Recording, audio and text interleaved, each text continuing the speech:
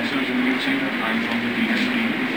I'm here in front of Mr. Sanjeev Singh, who is an eminent environmentalist and a great personality. As I talk about his experience, his main focus is on solid waste management. He has undertaken ample amount of projects and mainly succeeded. So I'm sir personally in front of you for some question and answers related to our environment, which I'm going to start now. So first I will start like this. Please tell us about how this all started, what sparked your interest and concern for the environment. Jagmeet, this is a long story. I had worked with corporate. I had worked with different corporates, different profiles. And this mainly started with CSR, that is corporate social responsibility. You must have heard of that. And my interest started there. When I saw these companies, they were in fact, this CSR was a new concept during those days. And they were always looking for area of interest where the CSR should happen. Some companies were going in for schooling, some companies were going in for free medicines, some company were there to take care of deaf and dumb, but nobody was bothering about the environment. Nobody was bothering that what people are going through, where we are landing up. So my interest started there. With some friends, I came to, and in my village we did do a lot of farming. And there I came to know that how much of urea is being used, chemical fertilizer is being used. So that started basically my basic interest in it. So what is your area of specialization? I started with organic fertilizers, but ultimately I came into manufacturing, and then I took training in Rajasthan. There's a NGO called Morarka Foundation. I got trained there into solid waste management. And this is basically once I used to visit my villages. I used to see that a lot of animal droppings lying here and there. It used to be filthy site, and a lot of germs and a lot of dirty pictures used to be there. So I got into vermicomposting. Sir, then what are your achievements in that area? If you ask for achievement, my entire village, I have turned it into an organic farming village.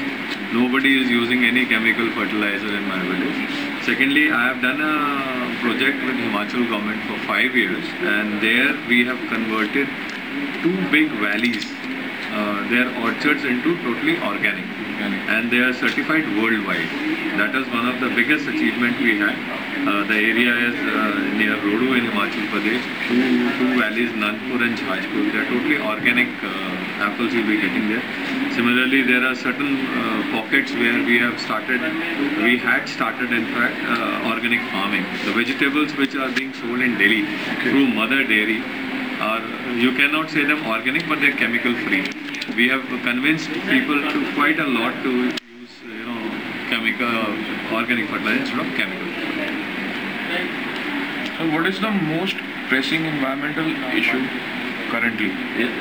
See, there are a lot of people who have come in. There are a lot of people who have come in, but main thing what I feel is use of chemical fertilizer, because that is my expertise. Maybe I feel like that, but yes, it is an issue worldwide.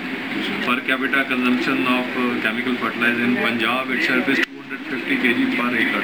That is the kind, whereas in foreign countries just 40 kg. So you can imagine how much. So this is for me, this is the main concern, to shun the use of chemical fertilizer. Do you think the development of clean land into concrete suburbs is affecting the humankind? Yeah, human being is, we have been evolved not to live in concrete world. You see our history from where we came. We came from jungles, and the moment we are cutting off these jungles, we are also becoming kind of concrete. And human being is a social animal basically, and because of this, it's creating problem for everyone. After global warming became a worldwide phenomenon by public media, there has been a growing interest in turning environmentalism into a green lifestyle. Do you believe this had an overall positive effect on environmentalism action in general? Yes, I do believe this is what is required, and I do appeal to the young generation to really push this cause in a big way. it's become popular among corporations to produce products labeled green. Sometimes something that seems to have sparked a recent consumer interest in this field. Is there a danger in equating environmentalism with the consumption of green products? No, it's never like that. You know, see, once you're mentioning green, I'm very sure these corporates, once they mention green, they really mean it. Green as such has a very vast meaning. It is not only growing trees around your area, around your environment. It means really, justifying the use of natural products and staying in a natural habitat, basically. And that is the right word, a natural habitat to live in, which is not only good for us, for our coming generations. It will be very good. Some people have spent their whole life in vast cities and never been in real contact with the real nature. How do you think the ever-increasing urbanization is affecting the interest and understanding for nature in general? It's a fact. I mean, you see, when we were young, when we were kids, we used to go to our villages. If we were working in, my parents were working in the city, we used to go to villages, maybe summer holidays. Nowadays, people don't even travel to the villages. They have not even seen. I'm telling of my children also. They have not been to my village even once. So they are keeping themselves away from nature. Where are they tied up? They are tied up on the soft screens nowadays. They are either on the three things, either on the phone or on the net. Although they are aware what is happening, but actually they have not gone and seen. They should go. They should go in the nearby areas and look at it. So my last question to you is, do you think our efforts towards this awareness program will be fruitful? Yes, it will be. There has to be a start. You have started in a big way, and it should carry on. I mean, it should not be a movement which goes on just for one particular task. It should be an ongoing process.